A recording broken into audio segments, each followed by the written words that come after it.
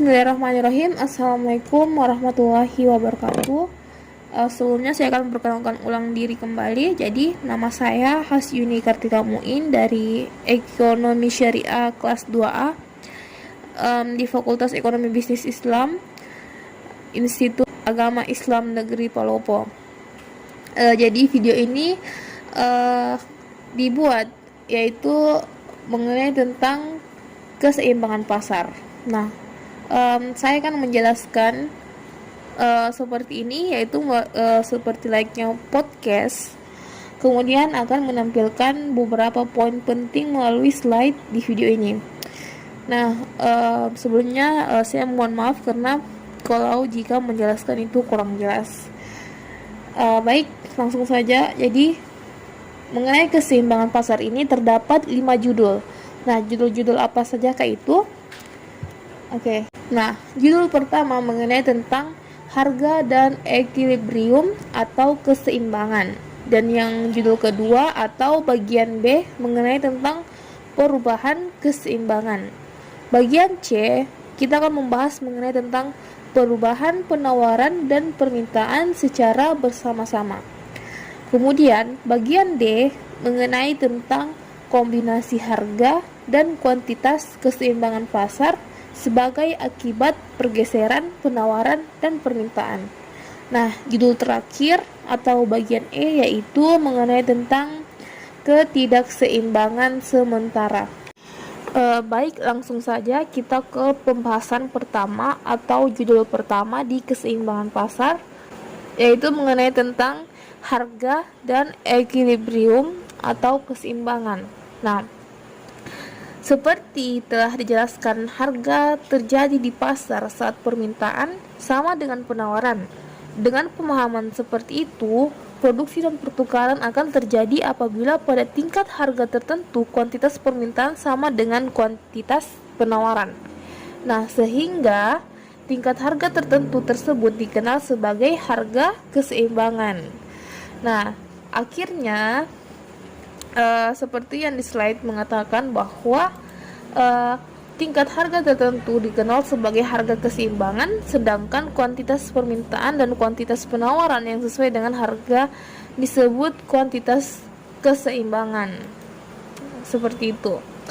Jadi kalau begitu, keseimbangan kuantitas terjadi apabila pada harga keseimbangan jumlah permintaan sama dengan jumlah penawaran. Atau dengan perkataan lain, harga keseimbangan akan diperoleh pada saat kuantitas permintaan sama dengan kuantitas penawaran. Nah, kemudian kondisi di mana keseimbangan tidak dipenuhi, di situ terjadi apa yang disebut dengan ketidakseimbangan atau disequilibrium. Jadi ketidakseimbangan itu sama dengan kita menyebutnya dengan disequilibrium. Nah, misalnya apabila jumlah permintaan lebih besar daripada jumlah penawaran, maka tidak terjadi baik keseimbangan harga maupun keseimbangan kuantitas. Nah, disequilibrium sifatnya itu dinamis atau menunjukkan adanya perubahan. Nah, kemudian teman-teman bisa lihat di slide. Di slide ada ada pertanyaan yang sudah ditulis dengan besar, yaitu pertanyaannya adalah kapankah keseimbangan ini tidak dicapai? Nah, kapankah keseimbangan itu tidak dicapai? Sebelum kita menjawabnya, kita akan beralih ke tabel dulu ini. Teman-teman bisa melihat tabel 1 tentang penawaran dan permintaan pasar kopi. Jadi di tabel ada 5 baris, 5 kolom, 5 baris, 5 kolom, 6 baris, 5 kolom. Kolom pertama mengenai tentang harga, kolom kedua mengenai tentang penawaran, kolom ketiga mengenai tentang permintaan, dan kolom keempat mengenai tentang perbedaan, kemudian kolom terakhir mengenai kondisi pasar.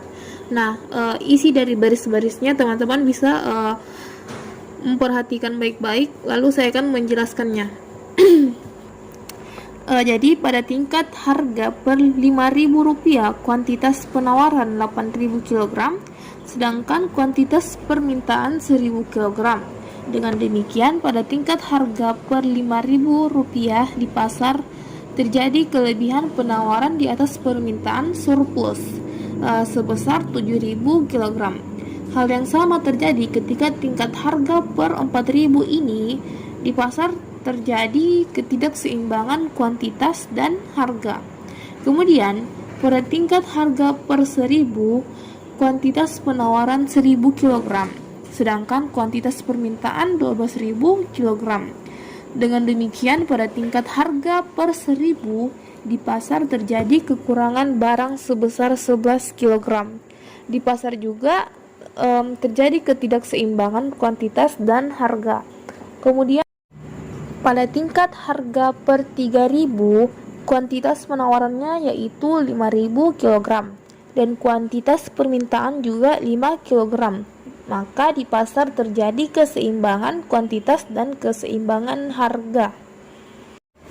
Oke, jadi itu tadi penjelasan dari tabel yang ada di samping gambar yang digambar ini. Jadi mengenai pertanyaan di slide sebelumnya mungkin kita sudah bisa menerka atau menebak dari penjelasan tabel yang sudah dijelaskan. Jadi pertanyaan tadi mengenai tentang kapankah keseimbangan itu tidak dicapai? Nah, jadi keseimbangan tidak tercapai ketika salah satu atau kedua variabelnya itu berubah. Kemudian apabila terjadi perubahan asumsi baik pada sisi permintaan atau pada sisi penawaran atau mungkin bahkan pada kedua-duanya, misalnya itu apabila harga turun, konsumen mampu membeli lebih banyak, sedangkan penawarannya tetap. Apabila pendapatannya naik dan harganya tetap itu, maka konsumen akan meningkatkan permintaan, sedangkan penawarannya itu menjadi tetap. Kita pindah ke judul yang kedua, yaitu mengenai tentang perubahan keseimbangan. Nah, dikatakan di slide bahwa apabila salah satu atau kedua variabel berubah, maka keseimbangan tidak terjadi. Yang terjadi adalah ketidakseimbangan. Oleh karena itu, harga dan kuantitas keseimbangan pasar dapat berubah sebagai akibat perubahan permintaan atau penawaran. Ketidakseimbangan dapat dinyatakan melalui dua hal. Yang pertama yaitu mengenai tentang pengaruh peningkatan permintaan terhadap harga dan kuantitas keseimbangan. Nah, maksudnya di sini yaitu apabila misalnya pendapatan konsumen meningkat sehingga pada harga yang sama dapat dibeli jumlah yang lebih besar. Akibatnya, kurva permintaan bergeser ke kanan, sedangkan kurva penawaran tetap tidak bergeser. Kemudian yang kedua yaitu mengenai tentang pengaruh peningkatan penawaran terhadap harga dan kuantitas keseimbangan pasar. Kemudian kita ke judul yang ketiga, yaitu mengenai tentang bagian C, perubahan penawaran dan permintaan secara bersama-sama. Judulnya seperti model awal, yaitu berada di sebelah kiri bawah. Jadi teman-teman bisa lihat judulnya, yaitu bagian C, perubahan penawaran dan permintaan secara bersama-sama. Jadi teman-teman bisa melihat gambar pertama di sebelah kiri. Jadi ini adalah grafik peningkatan penawaran banyak sedangkan penurunan permintaannya itu sedikit. Nah, penjelasannya itu seperti ini.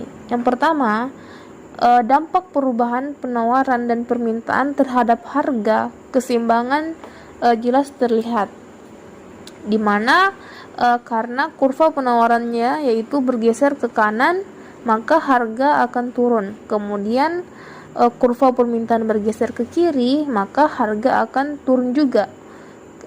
Kemudian secara bersama keduanya akan mengakibatkan harga keseimbangan turun dari P0 menjadi P1. Nah, yang kemudian dampak keduanya yaitu tentang mengenai dampak perubahan penawaran dan permintaan terhadap kuantitas keseimbangan sangat tergantung besar perubahannya, yaitu di mana menunjukkan terjadinya perubahan yang besar pada penawaran, sedangkan atau sementara perubahan permintaan kecil, akibatnya kuantitas keseimbangan pasar akan semakin besar, yaitu perubahan terjadi dari OQ0 ke OQ1. Nah, itu tadi grafik mengenai tentang penjelasan mengenai grafik tentang peningkatan penawaran yang banyak sedangkan penurunan permintaan sedikit. Kemudian kita beralih ke grafik kedua sebelah kanan, di mana grafik ini menunjukkan tentang bagaimana peningkatan penawaran itu sedikit dan penurunan permintaannya banyak. Jadi penjelasannya itu teman-teman bisa lihat di slide. Yang pertama yaitu mengenai dampaknya perubahan penawaran dan permintaan terhadap harga keseimbangan itu jelas.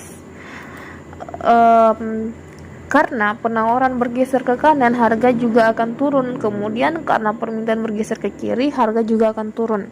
Kemudian secara bersama keduanya akan mengakibatkan harga keseimbangan juga turun dari P0 menjadi P1.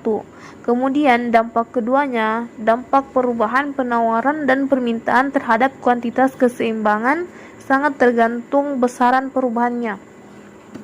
Nah, gambar tersebut menunjukkan terjadi perubahan yang besar pada permintaan, sementara perubahan penawarannya itu kecil. Akibatnya, kuantitas keseimbangan pasar akan semakin kecil.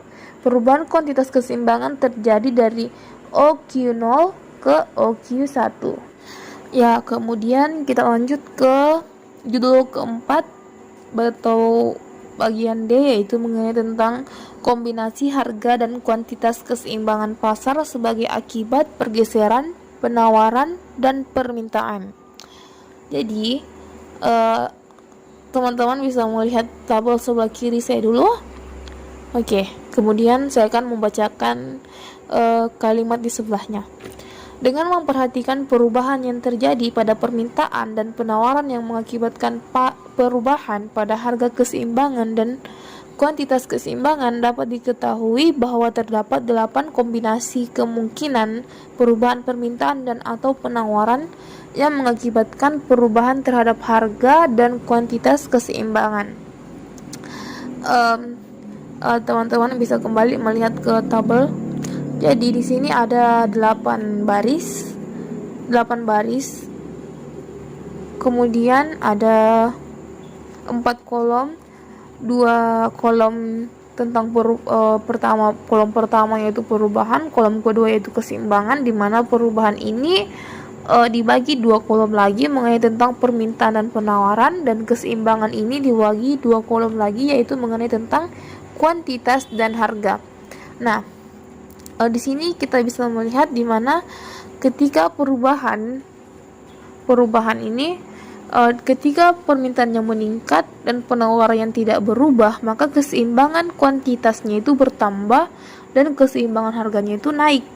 Nah, di baris kedua ketika permintaannya berkurang lalu penawarannya yang tidak berubah, maka keseimbangan kuantitasnya itu berkurang dan harganya itu turun, seperti yang telah dijelaskan sebelumnya.